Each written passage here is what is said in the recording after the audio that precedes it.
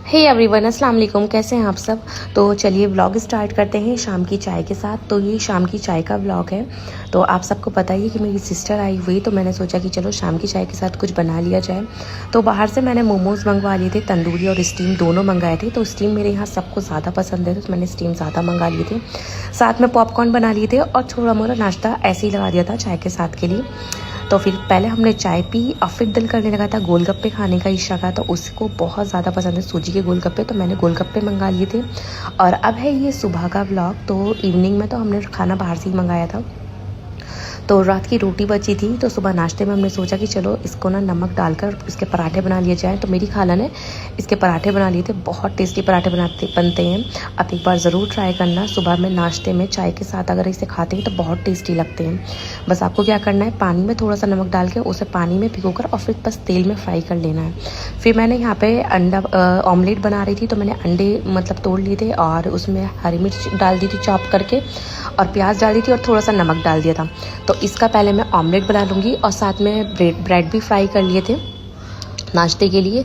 और बाकी हमने सोचा कि पराठे भी हैं, तो पराठे के साथ भी ऑमलेट खा लेंगे। तो इन सबको मिलाकर ऑमलेट भी हमारे यहाँ बनके तैयार हो चुका है। फिर हम सब ने नाश्ता करा। नाश्ता करने के बाद यहाँ सारे बच्चे नहाकर तैयार हो चुके हैं। माशाल्लाह से इतनी रौनक हो रही है, घर में इतने ज़्यादा बच्चे हैं। और ये है हमारी छोटी सी बीबी नजमा, ये ईशा की छोटी बेटी है। बहुत ही प्यारी, बहुत ही क्यूट है। और इन सब ने इतना शोर कर रखा है, इतनी रौनक रहती है घर में माशाल्लाह से। 7 बच्चे हैं इस टाइम पे घर में। 3 बेटे मेरी खाला के हैं, 2 बच्चे ईशा के, 2 बच्चे मेरे।